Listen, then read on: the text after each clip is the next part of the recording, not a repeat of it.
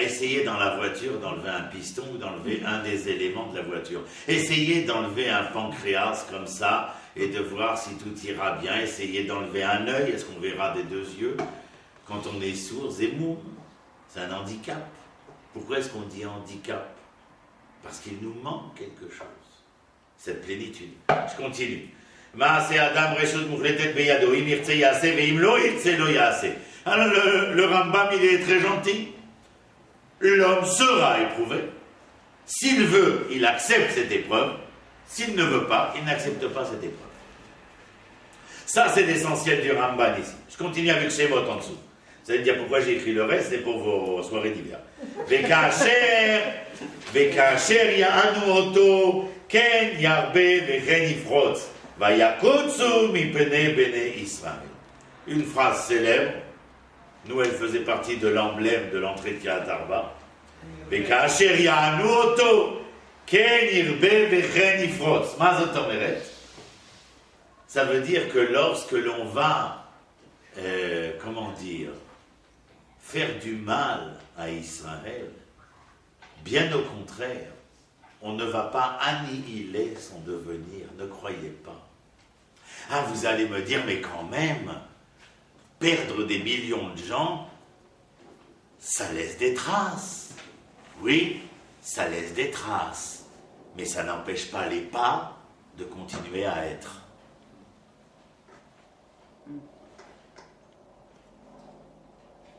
Alors oui, nous avons traversé des périodes difficiles. La période de l'Égypte est une des périodes les plus difficiles pour permettre aux enfants d'Israël de faire valoir et de révéler ce qui est en eux et qui n'attend que le bon moment, le juste moment et au bon endroit pour s'exprimer de la manière la plus entière qui soit. Ce qu'on nous demande, c'est de grandir à travers les épreuves. C'est ça. Les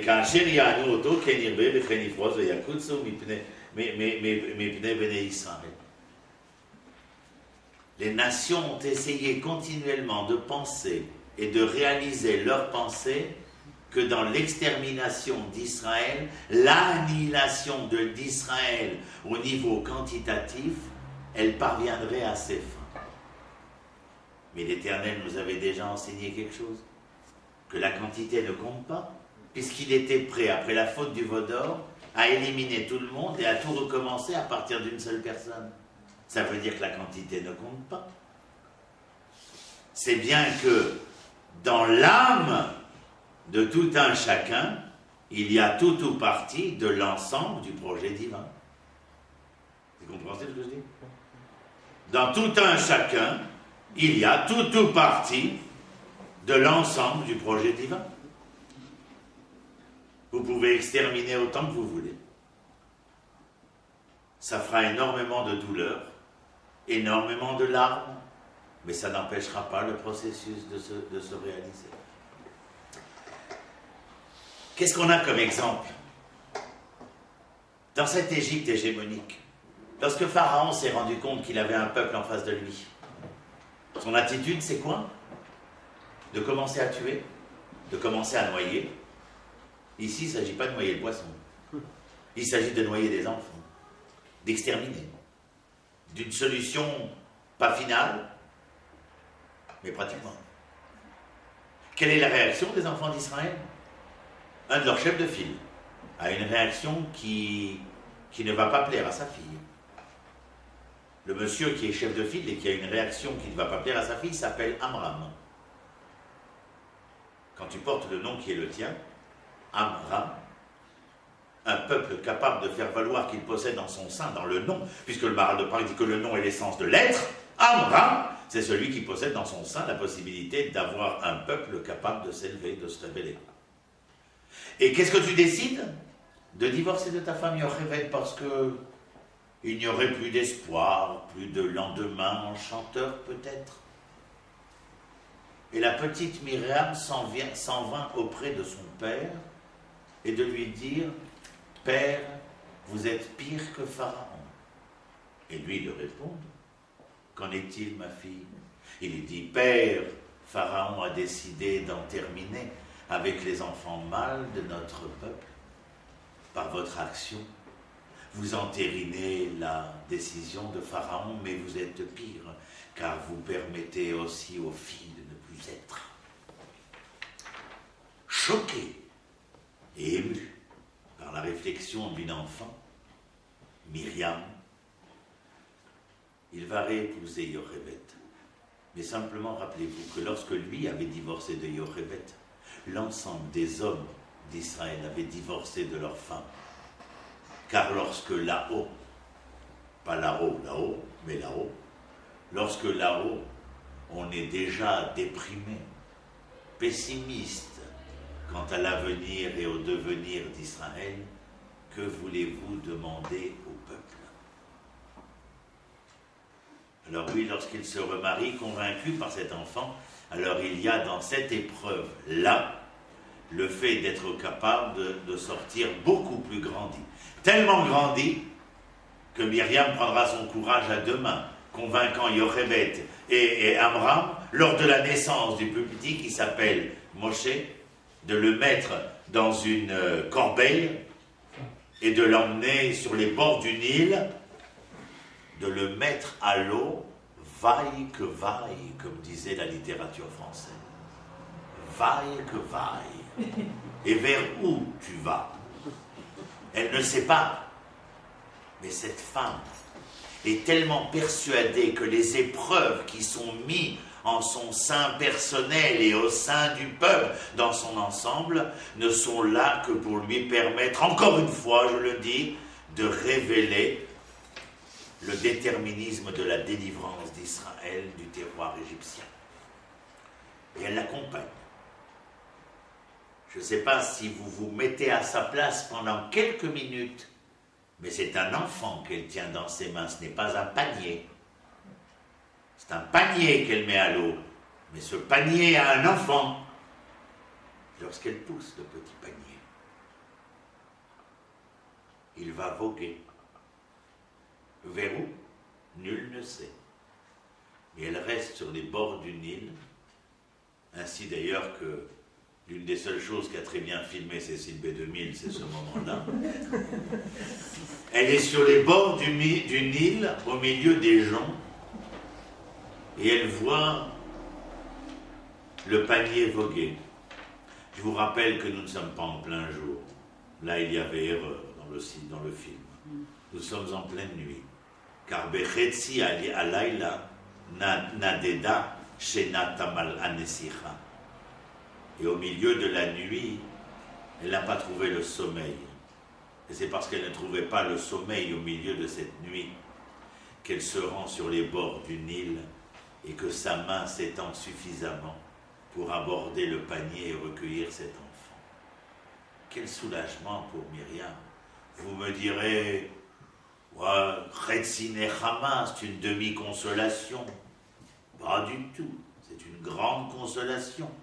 Car il n'y a pas de hasard. Le hasard en hébreu, c'est mikré, même koufreché. Mais même koufreché, c'est rakmi Hachem, c'est seulement d'éternel. Alors, excusez-moi, votre Altesse, mais il y a erreur ou Maldon, mais pas chez l'éternel. On continue. Je vous rappelle une autre épreuve qui sera importante, qui n'est pas du tout, mais parce que j'ai parlé du Nil, donc de l'eau et des joncs, alors automatiquement, ça fait une association d'idées, comme nous appelons. Mais devant la mer des joncs, que nous appelons malencontreusement d'ailleurs la mer rouge, qui n'est pas rouge d'ailleurs, mais c'est la mer des joncs, c'est Yam Souf. Souf, c'est les joncs. Kne Souf, la mer des joncs. Je ne sais pas pourquoi on appelle ça de la même manière qu'on dit que le miracle, c'est le miracle de Kriyat Yam Souf. Ça n'a jamais été Kriyat Yam Souf, ça a été que Bekiyat. Bekiyat Ayam. On ne sait pas ce que c'est Kriyat Ayam, aval Bekiyat. Maintenant, je vous rappelle que Bekiyat, c'est découdre et Kriyat, c'est déchirer. C'est important, quand on est un couple, de savoir si on s'est décousu ou déchiré. Mais je vous laisse pour une autre fois cette leçon. Vous avez compris que lorsqu'on s'est décousu, c'est facile à recoudre, même s'il faut tout découdre, mais qu'en vérité, lorsque c'est déchiré, il est très difficile de pouvoir repiécer. Bien fait. Mais c'est un autre chiour, ça n'a rien à voir. C'est simplement pour parler. Lorsque nous sommes devant la mer des joncs, et que nous sommes effrayés, vous savez pourquoi nous sommes effrayés? Parce qu'il y a là une épreuve incommensurable. Une épreuve qui nous fait peur. Vous savez pourquoi? Parce que nous sentons et ressentons au plus profond de nous-mêmes que nous sommes dans un véritable dilemme cornélien. À savoir, allons-nous mourir par l'épée ou mourir noyés? Les Égyptiens derrière nous, la mer devant nous, vous comprenez? Vous me suivez? Et dans ce dilemme cornélien, que font les enfants d'Israël? Pas du tout ce qu'il faut faire. Ils ratent le coche. Ils se tournent vers Moshe, ils demandent à Moshe de prier à l'Éternel. Et les Moshe, lui, bon enfant, prie à l'Éternel. Mais l'Éternel n'est pas bon enfant du tout à ce moment-là. Il leur dit, Batitzakelai, d'Aberem Israël, Maïsaou. Ça veut dire, que viens-tu me prier pour ce moment, alors que c'est le moment où il faut voyager, se mettre en marche. Tu ne comprends pas, mon cher ami? Pour un berger, ça la fout mal. En vérité, il y a des moments où il faut savoir fermer le livre pour pouvoir se mettre en marche, et des moments où il faut s'arrêter pour ouvrir le livre. Mais c'est à toi de savoir, en tant que berger, quand est-ce qu'il faut fermer le livre et quand est-ce qu'il faut ouvrir le livre. C'est important. Sans nul doute. Et c'est grâce à cela, d'ailleurs, que la chrétienté de ce texte biblique ululera après cet idiome qui dit « Aide-toi et le ciel t'aidera », parce que lorsque Nachshon ben Aminadab rentre, la mer s'ouvre. Mais c'est une épreuve. Shemot, Vayomru el Moshe, Amibli en Gvarim b'Mitzrayim, Lekartanu lamud b'Midbar, Mazot asita lanu leotsianu. Un peuple qui a tellement aspiré, rêvé, tant espéré de cette délivrance à venir. Au moment où il est libéré, une de ses premières phrases est une plainte qui deviendra une véritable complainte, disant à Moshe, que ne nous as-tu laissé dans cette Égypte que certains appelleront où coulait le lait et le miel, pour nous emmener mourir dans les déserts du Sinaï. Qu'est-ce que vous avez envie de leur faire? Moi, de la chance, j'ai pas été là-bas. Je suis un extrémiste. J'aurais mal réagi. Moshe, il est sympa. Enfin, jusqu'à un certain point. Mais vous vous rendez compte? Vous allez me dire, mais qui est sorti d'Égypte? Ben, ceux qui ont réussi l'épreuve. Vous le saviez. L'Éternel, lorsqu'il envoie Moshe à la rencontre d'Aaron, il l'envoie avec une injonction, laquelle? Kodem Kol, de dire à ce nouveau peuple qu'il y a la nouvelle année commence sur un autre mois, Rosh Chodesh Nissan, et que le 10 de ce mois de Nissan, il faudra aller prendre l'animal adoré par les Égyptiens, l'amener en plein jour et non point en pleine nuit, au pied des sommiers, si sommiers il y avait, et à la nuit venante, l'égorger, prendre son sang, peindre les linteaux de vos porcs et en faire un barbecue. Qui est capable d'agir dans cette épreuve-là? Comment disais-je à mes élèves, et à qui m'écoute, si le drapeau à croix gammée avait été planté tout en haut de la mairie du 13e, et que vous y résidiez, et qu'on vous demande, pour prouver cet esprit résistant, libérateur, vous deviez monter pour le décrocher. C'est pas simple. Rendez-vous compte que ceux qui ont été prendre l'agneau, pas de Pascal, mais des Égyptiens, pour l'amener dans leur chaumière, il fallait un certain courage. C'était quand même après les 10 plaies. Comment? C'était quand même après les 10 plaies. C'était après les 10 plaies, c'est la raison qui me fait dire que seulement 20% l'ont fait. Ce qui est absolument insuffisant. Si c'est après les 10 plaies, comme tu dis. C'est-à-dire qu'après les 10 plaies, on aurait dû voir un mouvement populaire national se réveiller d'une manière qui ne s'entend pas de deux manières. Et pourtant,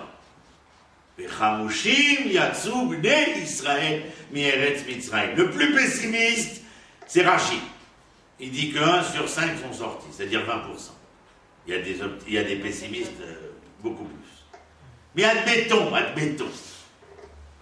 Je vais vous donner les chiffres exacts, parce que des fois on n'y réfléchit pas. Si ceux qui sont sortis, il y a 600 000 hommes en armes, vous vous rappelez? 600 000 hommes en armes, ça veut dire qu'un peuple a une armée qui, en mobilisation générale, représente le 1/5 de la population.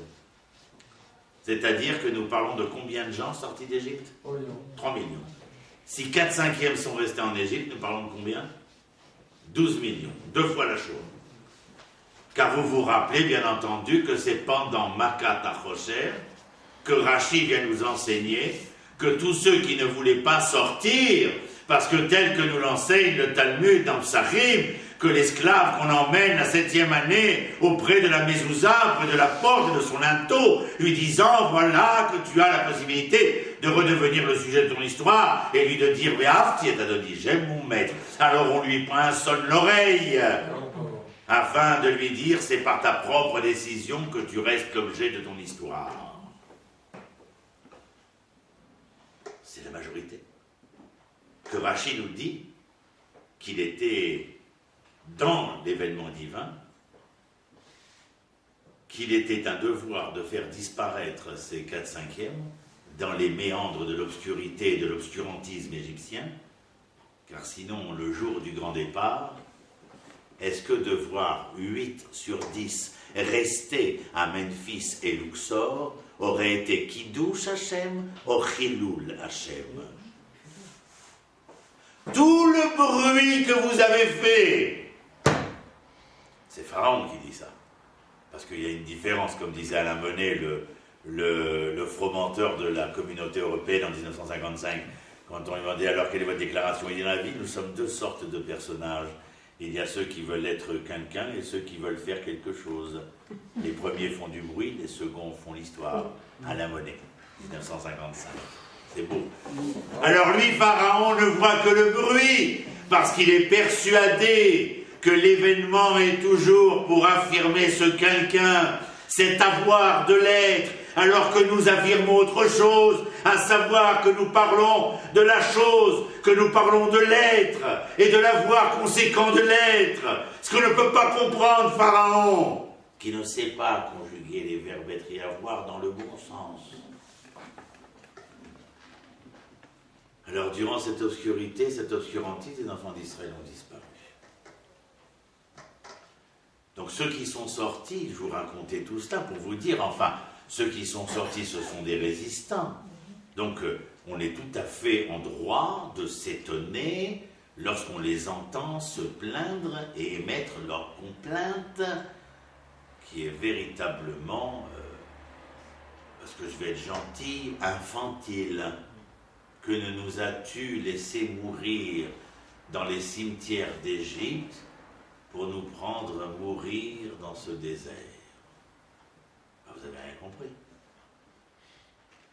Vous n'avez pas compris qu'il y avait un but, quoi. Je veux dire, c'était de vous sortir, comme disait mon maître, le professeur André Neher, c'était de sortir des camps de concentration de Memphis et de Luxor.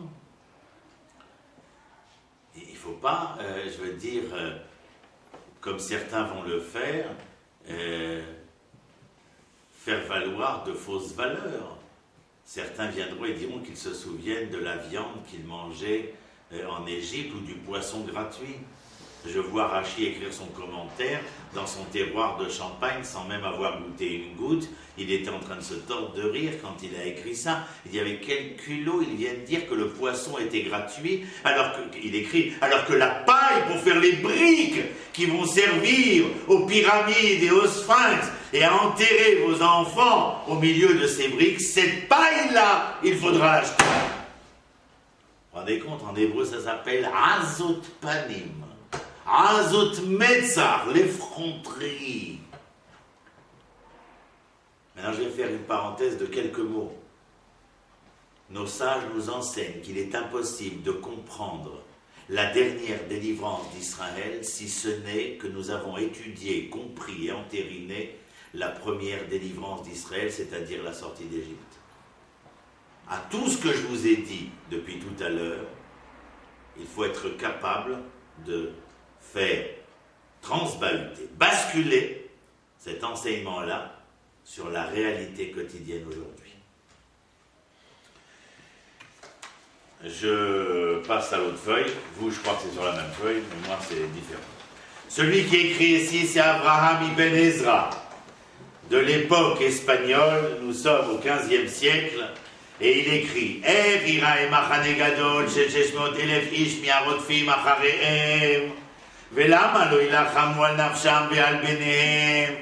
il dit, comment tu viens et tu me dis qu'il y a une armée de 600 000 hommes, et que ces 600 000 hommes qui sont sortis armés ne veulent pas se défendre? Regardez ce qu'il dit. Ils ne veulent pas sauver leur vie, et la vie de qui? De leurs enfants. Vous vous rendez compte? Ça, c'est la question d'Ibn Ezra. Atchouva, dit-il. Nous avons voyagé 600 ans en arrière. Qui a mitzrim ayu adonim le Israël. Car les Égyptiens étaient les maîtres d'Israël. Israël avait été réduit à la dimension numérique. Non, on ne dit pas numérique, on dit de numéro. Il n'avait plus de nom. Les Égyptiens étaient capables de, comment dirais-je, le mot m'est parti, les Chatek, et il était capable de paralyser. Il y avait une histoire dans un village polonais, les Juifs avaient été mis dehors, et un SS est rentré dans la maison pour voir s'il y avait encore d'autres Juifs. Et eux savaient qu'il y avait un Juif qui se cachait là-bas dedans. Et à un moment donné, on entend un coup de feu. Les Juifs étaient persuadés que le SS avait abattu le Juif. Mais c'est le Juif qui est sorti de la maison. Mais quand on est habitué à penser que, on ne pense pas que. Vous comprenez? C'est un état d'esprit. Le Juif galoutique, c'est pas un idiome. Ça veut dire, c'est pas un moutag, une espèce d'image de marque. C'est une réalité que le Ibn Ezra explique. Qui a mitzrim ayu adonim le Israël, veze ador hayotze mi Mitzrayim. C'est la génération qui sort d'Égypte. Il ne faut pas leur en demander plus qu'il n'en faut. Lamat mineurav lisbol. Il a appris depuis sa tendre enfance à souffrir. Ol Mitzrayim venafsho shefela. Il a appris à souffrir le joug égyptien. Et son psyché, pas seulement son corps, est esclavagisé. Il est l'objet de son histoire en son âme et conscience. Alors le Ibn Ezra pose la question, c'est passionnant. Moi je vous dis des fois quand je prépare les cours, je suis content, mais ça me suffit que je me raconte à moi-même. Après on me dit, M. Christ, il faut aller donner cours. Mais je m'en fous, je suis content. Là vous êtes là, vous faites qu'écouter ce que je me dis à moi-même.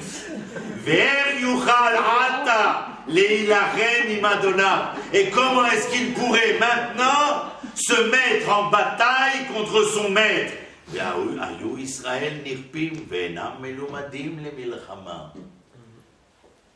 Nirpim, mima. Ils étaient paralysés, ils étaient dans l'incapacité de pouvoir se mesurer, ils n'avaient jamais appris cela. Un seul homme, dans toute l'Égypte, et les 210 ans d'hégémonie égyptienne a été capable de lever la main sur un Égyptien. Qui est-il? Que la crevaux, je n'ai même pas laissé le temps de dire, vous avez 10 secondes. Lisez-le, Moshe était un prince digne et courageux, Atzil ve'amitz, noble et courageux. Regardez ce que le Ibn Ezra a dit, juste en dessous, c'est le même, hein, Abraham. Ou Marchavot Hashem Amku. Là, il vient, il nous dit, ne croyez pas que ce que je vous ai dit tout à l'heure, l'Éternel, il fait rien pour rien. Et il a une idée derrière la tête. Il n'a pas de tête, il a une idée derrière la tête. Ou Marchavot Hashem Amku. Et qui peut entendre et comprendre les profondeurs de la pensée de l'Éternel? À lui seulement, il est connu l'intérieur des événements, l'intériorité des événements. Alors regardez ce qu'il dit maintenant. Il dit, c'est peut-être pour ça que l'Éternel, il a arrangé le film de telle manière que Moshe, Bebeit HaMalchut, Liot Nafsho, Al Madrega Yona, Bederech Hanimut, Vareginot. C'est peut-être pour ça que l'Éternel a arrangé l'histoire, le contexte de l'histoire, de telle manière que ce Moshe soit recueilli par une Bithia, que cette Bithia prenne l'enfant, que cet enfant puisse être allaité par une mère hébreu, et que cet enfant allait grandir où? Dans les couloirs du pouvoir. Qu'est-ce qu'on apprend dans les couloirs du pouvoir? Le pouvoir. L'hébreu esclavagisé, celui qui n'était plus qu'un nombre, ne pouvait jamais dire « je peux ». C'est dans les couloirs du pouvoir qu'on apprenait à conjuguer et à décliner le verbe pouvoir à tous les temps et à toutes les personnes.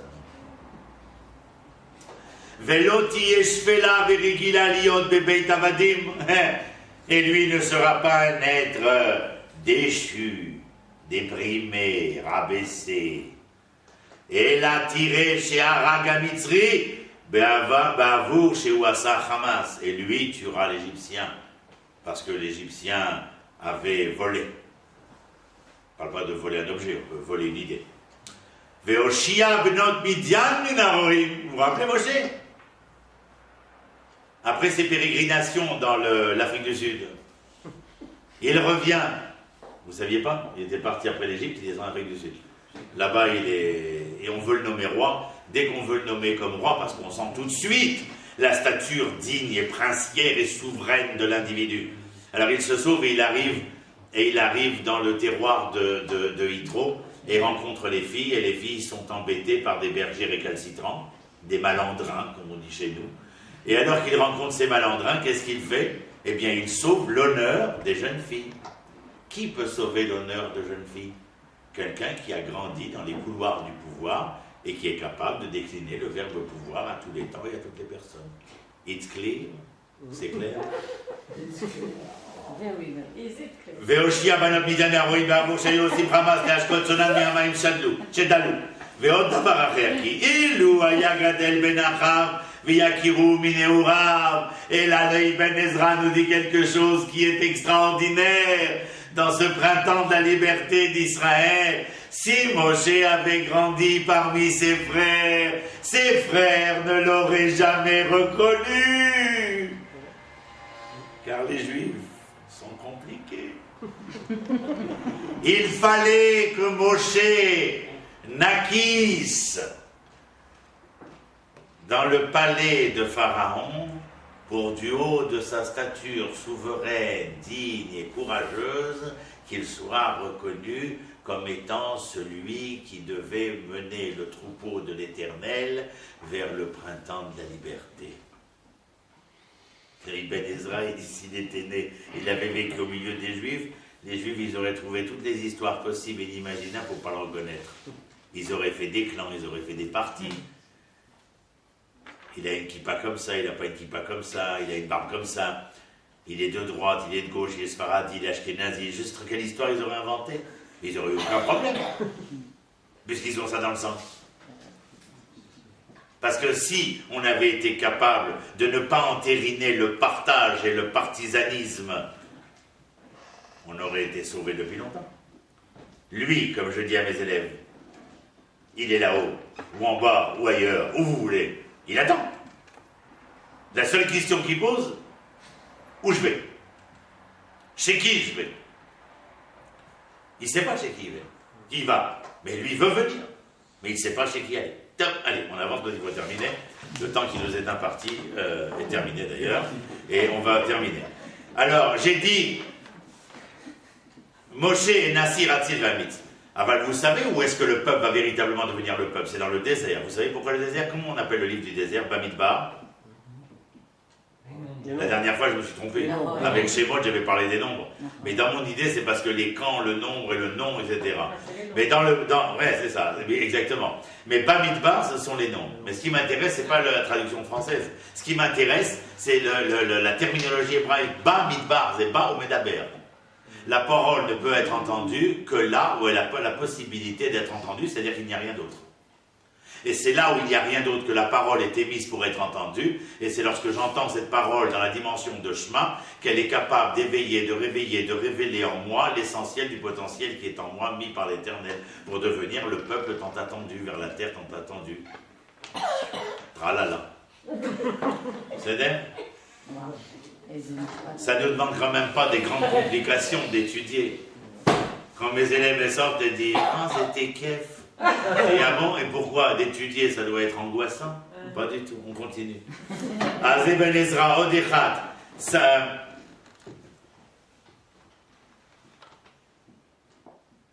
Non, ça on l'a déjà vu, on va jouer au passé. Je vais terminer avec la dernière phrase que vous avez, parce que... Non, viens, on lit le Ben Ezra. Top. Savev shemetu kol ha'am hayotze mimitzrayim azecharim. Après que tous les enfants qui sont sortis d'Égypte, les enfants mâles sont morts dans le désert pour des raisons ou pour d'autres raisons. Ki ein bahem koar lilachem bekanaanim, car ils n'avaient pas la force de se battre contre les Cananéens, étant donné qu'ils ne voulaient pas rentrer dans la terre d'Israël. Vous vous rappelez, c'est la faute des explorateurs. Et donc, jusqu'à ce qu'une nouvelle génération naisse dans le désert, là où la voie a été mise sans intervention. Chez l'Oraou Galout, Ve'aïta lahem nefesh gaboa.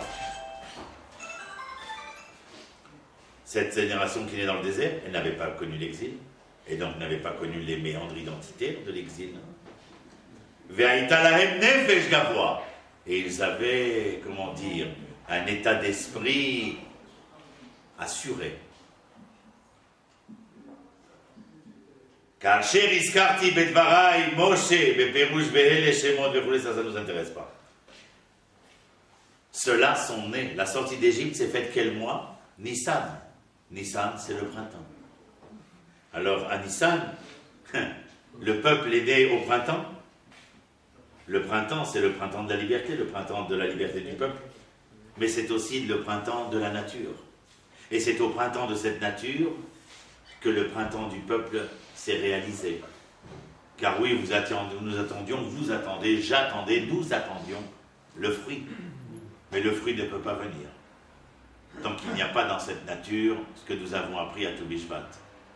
C'est-à-dire qu'il y a l'arbre avec son écorce et la sève qui va monter en lui, mais que le temps où cette sève se monte et s'élève, avant d'atteindre les branches et les branchioles de l'arbre, et pouvoir permettre à la fleur de donner, son bourgeon, et d'ensuite donner son fruit. C'est un véritable processus. C'est ça que veut dire le printemps. C'est-à-dire que nous sommes au début. Nous n'avons pas encore les fruits tant voulus, tant aspirés et tant choyés. Mais nous sommes en processus à travers cette nature du printemps, de pouvoir entrevoir les lendemains qui chanteront. Le dernier verset, c'est Vayichazek Hashem et lev Paro melech Mitzrayim vayirdof achar bnei Israël ou bnei Israël yotzim beyad Rama. Donc Pharaon, il s'est entêté, après les avoir laissés sortir, il va courir après eux, mais ce qui m'intéresse, c'est la fin. Ou bnei Israël yotzim beyad Rama. Comment vous auriez écrit ça, vous? Et les enfants d'Israël sortent la main haute. Étaient sortis. Yotzim, Yatsu. Tout ça pour vous dire quoi? Que la sortie d'Égypte, dans ce qu'elle comporte, dans son essence limoudite d'études, porte en elle le bourgeon des fleurs et des fruits à venir, et que l'histoire de la sortie d'Égypte, du printemps de la liberté des hommes, est une histoire perpétuelle dont il ne dépend que de nous de faire apparaître le fruit une fois pour toutes. Toda Rabba. Vous avez... Non, n'applaudissez pas. C'est pas moi que vous applaudissez, c'est l'eau qui coule. Ah oui, t'es tout seul, c'est vrai, excuse-moi.